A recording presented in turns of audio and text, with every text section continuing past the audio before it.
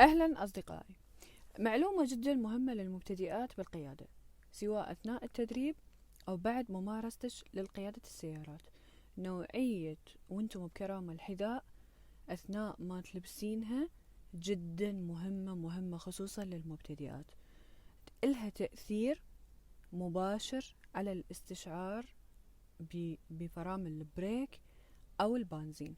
بصورة عامة كأول بالبداية الشوزات الرياضية جدا مهمة، إلها تأثير على دواسة البريك ودواسة البنزين. فدائما عندنا البنات شنو يسوون؟ يخربطون ما بين البريك وما بين البنزين، أو أنه هي ما تسيطر على استشعار البريك والبنزين سبب نوعية الحذاء.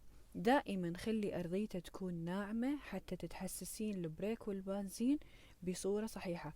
اكو شوزات رياضية تيجي الأرضية مالتها سميكة، فيا بنات كل ما تكون أرضية الحذاء يعني تستشعرين بيها وتكون بسيطة وما تكون سميكة، تكون ضئيلة، راح تسيطرين على البريك والبنزين.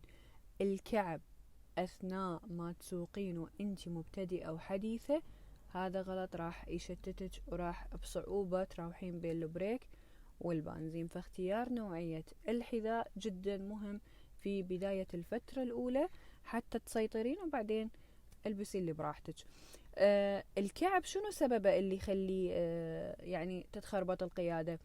وانتو بكرامة البوز مالت الكعب يتشلب بالأرضية، فتصير صعوبة بالتنقل. تحياتي.